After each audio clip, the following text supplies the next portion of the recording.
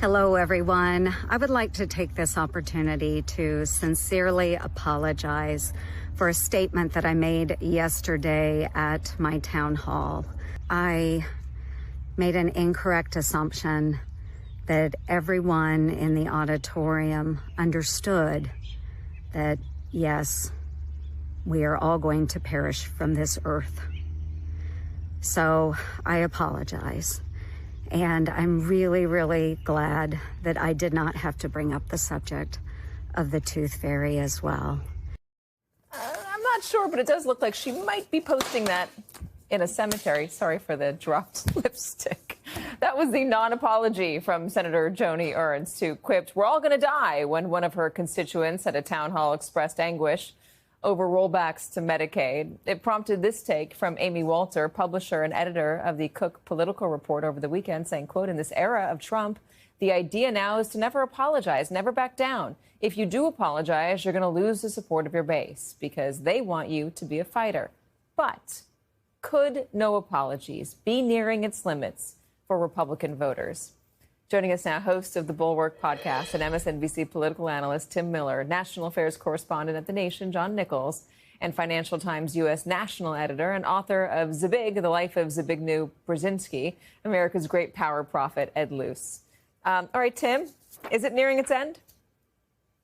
Boy, I love your optimism, Katie, to think that it might be nearing its end. I would not be the one to predict that right now. I will say that in this case, this is pretty extreme. If there's going to be an example where there's going to be actual damage, it might be a case such as this. I mean, I think that in the original exchange in the town hall, when Joni Ernst had kind of dismissively said that, you know, we're all going to die, when someone from the crowd shouted that people are going to die because they're Medicaid cuts, I did think that was kind of, it felt like an old gaffe. It kind of felt like something from when we were coming up, Katie, like the 2008s or something. And I was like, I don't think that this will stick to her now. But then she does the creepy cemetery video that is so condescending and like dripping with just disdain for her own constituents. And at some point that is going to matter, especially if the constituents start to feel that pain next year in response to this bill. And I think that it's just, if you put the shoe on the other foot and imagine Kamala Harris last year putting out a video mocking Iowa voters, saying like, Iowa voters, you're too stupid to understand that I'm smarter than you and that I don't want to break it to you, but the tooth fairy is fake. That would have been like wall-to-wall conservative media for decades. So I do think that kind of condescension could potentially backfire, but TBD. I think more fairly it would be her mocking Republican, I guess, voters in California, if you want to do that comparison. But I do think you're still right about that. I also wonder, I mean, I imagine that if I were a Democratic operative looking to win back a seat in Iowa or to win that state in a presidential election, we're far off from that. But that a comment like this would get cut and clipped into a number of TV ads, maybe even more of a social media onslaught, just showing her saying that over and over again. Does that stuff still work, John? Yeah, it does work. And look, we live in an era where two things are important to remember.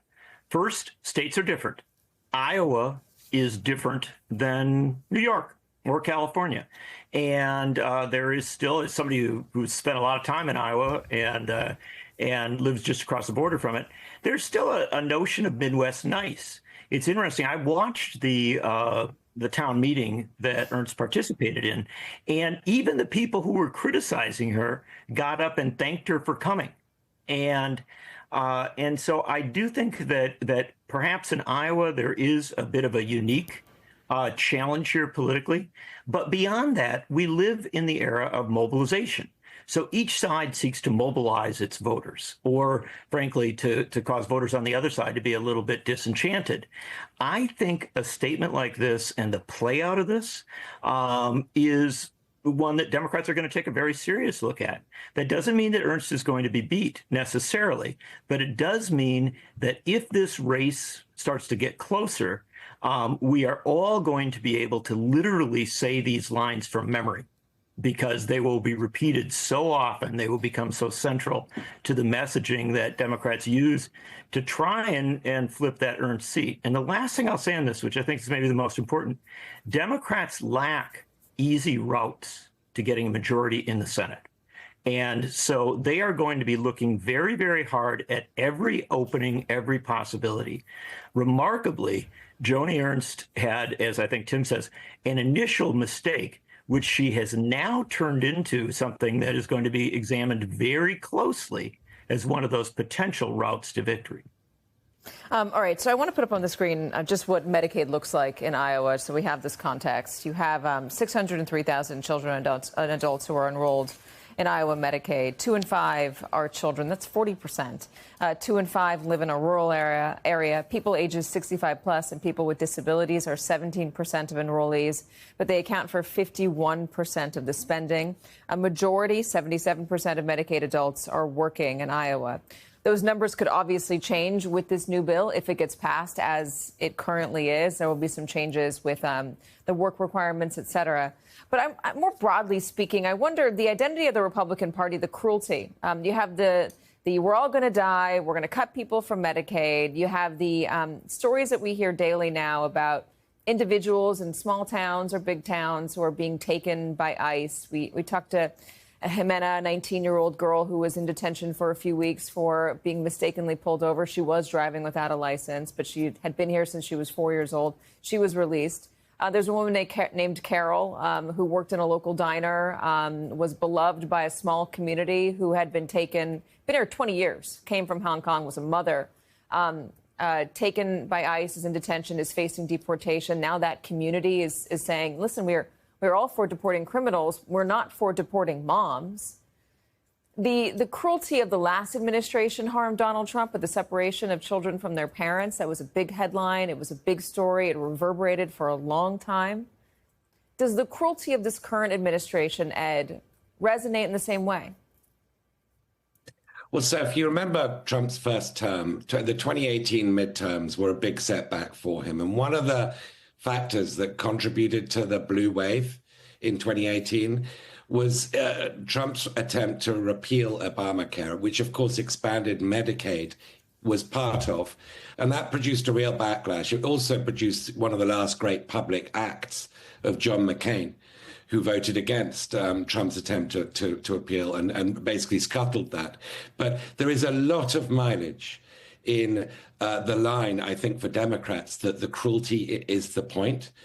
Because if you look at this budget, what we're getting is an extension of tax cuts plus new ones for the likes of Trump's plutocratic friends, Elon Musk's, et cetera, being paid for at least partly by cuts to Medicaid. And there's a huge number of people in places like Iowa who benefit from Medicaid. And they're not, as the myth goes, able-bodied adults who could be working. Only 3% of Medicaid recipients are estimated to be able-bodied adults who could be working. So that's almost a rounding error. It's so small. These are people who really do rely on public assistance to get from one day to the next. And I have to sort of add, Katie, you know, as a Brit, I was weaned on sarcasm and irony. You know, it came with my mother's milk. And I have to sort of pronounce that Joni Ernst's attempts from, as Tim says, the creepy cemetery video there, fell completely flat on their face. This should be grist to Democrats' mill in next year's Iowa midterm Senate race. British humor is famously dry and dark, but it is funny. Above all else, it is funny. I want to read a couple other examples, and maybe this will prove the point because they're no longer in the daily news feed any longer. But Indiana Senator Jim Banks would not apologize after telling a fired federal worker he deserved it. You saw this video of him being confronted on Capitol Hill, getting into an elevator. South Carolina Rep. Nancy Mace refused to apologize for cussing at a South Carolina voter in an Ulta Beauty. This was a bizarre video. Wisconsin Rep. Derek Van Orden refused to apologize after he yelled and cursed at high school-aged Senate pages. And Montana Senator Tim Sheehy, as a candidate, refused to apologize to Native Americans in his state after he accused them of being drunks. He won.